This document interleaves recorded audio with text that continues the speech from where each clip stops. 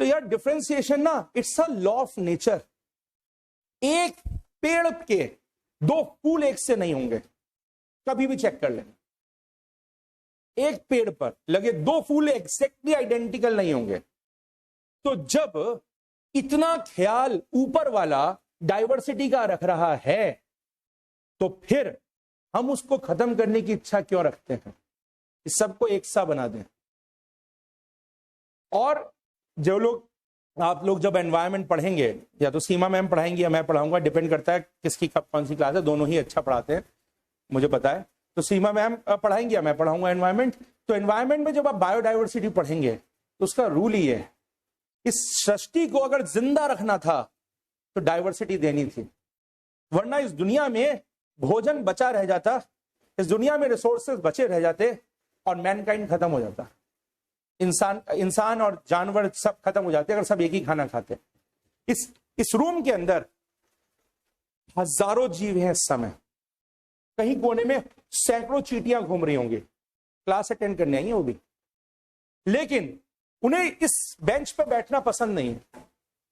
जिस दिन उनकी पसंद आपकी जैसी हो गई, आप बाहर मिलोगे, आपकी सीट पर 100 चींटियां घूम रही होंगी और हिलने को तैयार नहीं हो रही, हम तो सीट पे बैठ के पढ़ेंगे, आप नहीं पढ़ पाओगे। आप इसकी वजह से उनके साथ को एग्जिस्ट कर रहे हो, जस्ट बिकॉज ऑफ डाइवर्सिटी। और इस क्लास में हजारों लोग इस समय क्यों हैं? Just because of diversity. The maximum utilisation of the resources of the land is only dependent upon the degree of diversity. क्योंकि वो जमीन में कोने में रह सकती हैं, मेरा लेक्चर वहां से सुनने आती हैं, तो वो जो है वो आपके साथ को एग्जिस्ट कर पा रही है, या तो वो आपके कान में घुस के और आंख में घुस के आपको काटेगी अगर उसको सीट पर अड़ गई वो, या आप उसको पैर में कुचल करके मारोगे। डाइवर्सिटी इस दुनिया को बचाने के लिए बहुत जरूरी है, ये फैक्ट है। वो छिपकली मेरी गर्लफ्रेंड कहाँ गई, यहीं रहती है, वो इस एसी के पीछे ही रहना पसंद करती है।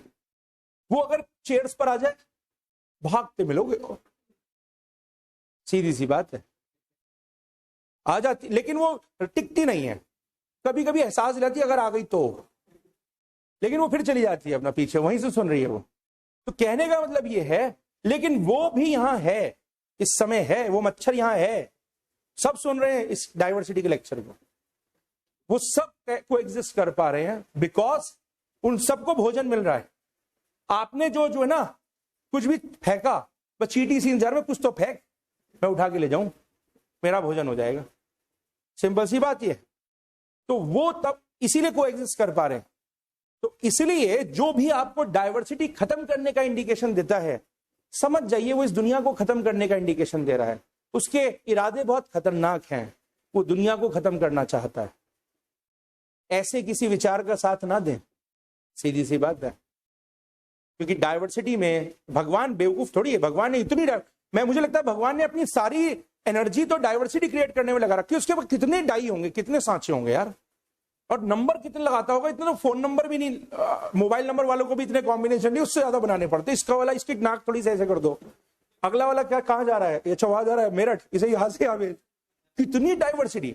इवन दो चींटी के अंदर भी उसको कितना माइक्रो लेवल पर काम करना पड़ रहा है कि वहां भी उसको डाइवर्सिटी डालनी पड़ रही है। उधर फूल की टेंशन उसको, ये ऑरेंज वाला इसमें थोड़ा सा पिंक डाल दे, है ना, इसके बराबर वाले फूल में थोड़ा सा ग्रीनिश डाल दे कलर शेड, जिससे। और एक बात बता रहा हूं आपको मैं, जब तक डाइवर्सिटी है तब तक आपके पास अपनी पहचान बनाने का मौका है। जो लोग एक रंग में जब बनाते हैं ना, एक रंग में भीड़ होती है, आपकी पहचान डाइवर्सिटी के साथ होती है। तो जो लोग आपको भीड़ में बदलना चाहते हैं, वो आपको एक से विचार, एक से खान पान, एक सी भाषा में रंगना चाहते हैं, एक से धर्म में। तो भीड़ बनना चाहते हो, भीड़ बनोगे तो उनके पीछे खड़े होगे, उन्हें वही चाहिए। तो इसलिए अपनी पहचान बनाओ, अलग खड़े हो, सीधी सी चीज ये। तो अपने विचारों के साथ जियो, अपनी पहचान के साथ जियो। बस होली पे यही संदेश दे सकता हूँ। थैंक यू, हैप्पी होली, मिलते हैं फिर।